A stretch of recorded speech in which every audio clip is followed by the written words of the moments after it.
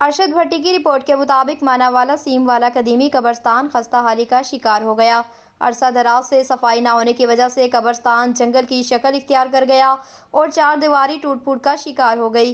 مزید جانتے ہیں ماناوالا سے نمائندہ ارشد بھٹی کی اس رپورٹ میں۔ ماناوالا میں سیم والا قدیمی قبرستان خستہ حالی کا شکار ہو گیا۔ عرصہ دراز سے صفائی نہ ہونے کی وجہ سے قبرستان جنگل کی شکل اختیار کرنے لگا۔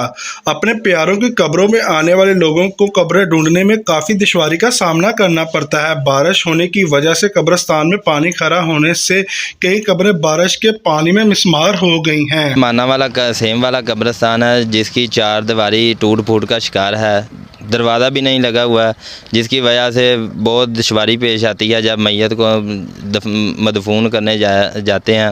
لوگ بہت پریشانی کا سامنا کرتے ہیں اور جانور بھی پھلانگ کر اندر چلے جاتے ہیں، آوارہ کتے جو گندگی کا نجاست کا باعث بنتے ہیں۔ ہماری انتظامیہ سے اپیل ہے کہ جلد سے جلد ایکشن لیا جائے اور ایک بندہ یہاں پر مامور کیا جائے جو تمام کام یہاں کے دیکھے۔